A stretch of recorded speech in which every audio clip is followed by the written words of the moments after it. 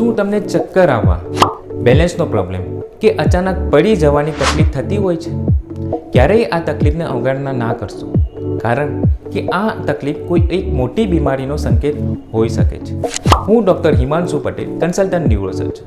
થોડા દિવસો પહેલાં એક 70 વર્ષનો બુઝુર્ગ મગજમાં મોટું હેમરેજ, સબડ્યુરલ હેમરેજ જોડે એડમિટ થયું હતું, જેનું ઇમરજન્સીમાં ઓપરેશન કરવામાં આવ્યું, પરંતુ દર્દીનો જીવ બચાવી ના શકાય.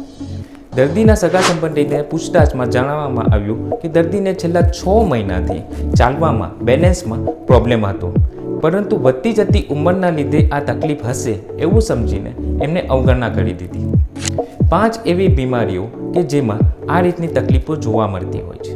Number 1, brain stroke.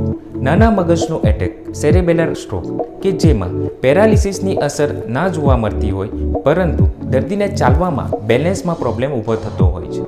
Number 2, middle ear disease, જેમ કે મિનરલ ડિસીઝ, વેસ્ટિબ્યુલર ન્યુરાઇટિસ, જેમાં દર્દીને અચાનક ચક્કર આવવા કાં તો બેલેન્સનો પ્રોબ્લેમ થતો હોય છે. નંબર 3, વિટામિન B12ની ઉણપ સર્જાવી. આપણા મગજ અને ચેતાતંતુને વિટામિન B12 એ એક સાયલન્ટ કિલર તરીકે કહી શકાય છે, જેની ઉણપના લીધે દર્દીને એબનોર્મલ સેન્સેશન કે કમજોરી આવી જેવું મહેસૂસ થતું હોય છે.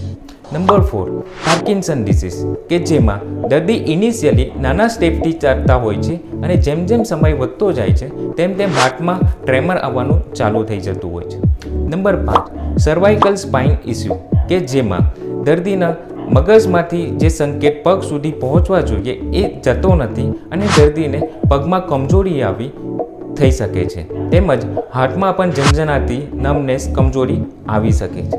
જો કોઈ દર્દીને આ રીતના લક્ષણો જોવા મળતા હોય તો તેને અવગણના ના કરવું જોઈએ અને અર્જન્ટ બેસિસ ઉપર એક બ્લડ ટેસ્ટ કાં તો કોઈ સ્કેન કરાવી લેવું જોઈએ. તમારું એક સમજદારી ભરેલું પગલું દર્દીનું જીવ કાં તો પછી એને અપંગ થવાની શક્યતા ઓછી કરી દે છે.